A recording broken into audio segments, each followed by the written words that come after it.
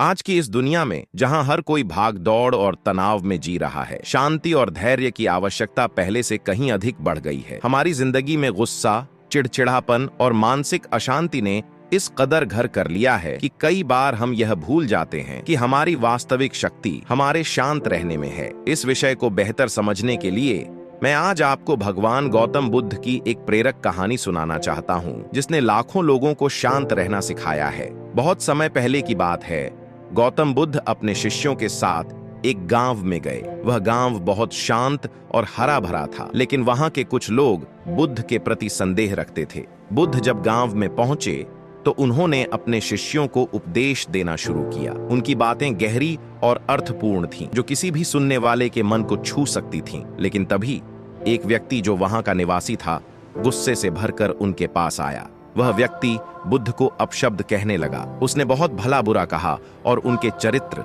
उनकी शिक्षाओं और उनके शिष्यों को भी अपमानित करने की कोशिश की। वहां मौजूद हर कोई यह देख रहा था। बुद्ध के शिष्य भी इस बात से परेशान हो गए। उन्हें उम्मीद थी कि बुद्ध इस व्यक्ति को कोई उत्तर देंगे, लेकिन बुद्ध कुछ भी नहीं बोले। वह शांत बैठे रहे। यह देखकर वह व्यक्ति और अधिक क्रोधित हो गया। उसने बुद्ध को और अपमानित करना शुरू कर दिया, लेकिन बुद्ध के चेहरे पर न तो गुस्सा था और न ही कोई प्रतिक्रिया। वह शांत और स्थिर थे, जैसे कोई ठहरा हुआ जल। जब वह व्यक्ति थक गया और चुप हो गया, तब बुद्ध ने धीरे से उससे पूछा, भाई, अगर कोई तुम्हें कोई उपहार दे और तुम उसे न लो तो वह उपहार किसके पास रहेगा? वह व्यक्ति चौंक गया। उसने सोचा कि यह कैसा सवाल है। उसने जवाब दिया, अगर मैं उपहार नहीं लूंगा तो वह उपहार उसी के पास रहेगा जिसने उसे दिया है। बुद्ध मुस्कुराए और बोले, ठीक उसी तरह अगर मैं तुम्हारे अपशब्दों को स्वीकार नहीं करता तो वे तुम्हारे पास ही रहेंगे। मैं शांत हूं क्योंकि तुम्हारे शब्द मुझ तक नहीं पहुंचे।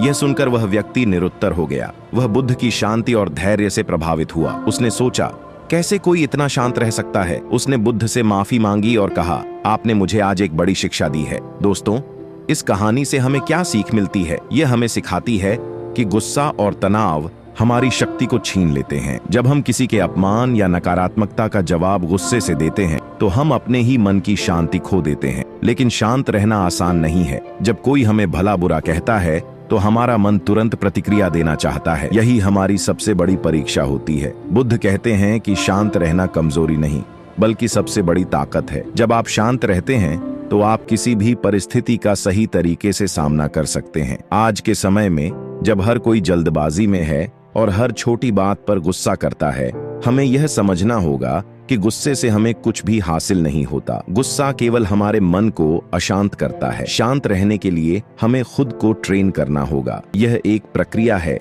जो ध्यान, मेडिटेशन और आत्मनिरीक्षण से आती है। जब आप रोज कुछ मिनट ध्यान करेंगे तो आपका मन स्थिर और शांत रहेगा। आप किसी भी परिस्थिति में खुद को नियंत्रित कर पाएंगे। शांति का मतलब यह नहीं है कि आप हर चीज को सहन करें। इसका मतलब है कि आप हर परिस्थिति में अपनी प्रतिक्रिया को नियंत्रित कर पाएं। यह शक्ति तभी आती है जब आप अपने मन को समझते हैं। गौतम बुद्ध की यह कहानी हमें सिखाती है कि नकारात्मकता को अपने ऊपर हावी मत होने दें। दूसरों के बुरे शब्द केवल तभी हमें चोट पहुंचा सकते हैं जब हम उन्हें स्वीकार करें। जब हम शांत रहते हैं तो हम अपनी शक्ति और शांति को बचाए रखते हैं। अंत में मैं आप सभी से यही कहना चाहता हूं कि जीवन में चाहे कितनी भी कठिनाइयां आएं, खुद को शांत रखें। हर परिस्थिति में सोचें, क्या यह मेरे गुस्से के लायक है? याद रखें, जो शांत रह सकता है वही सही मायनों में मजबूत है। आप सभी को धन्यवाद। शांत रहिए और इस अद्भुत जीवन का आनंद लीजिए।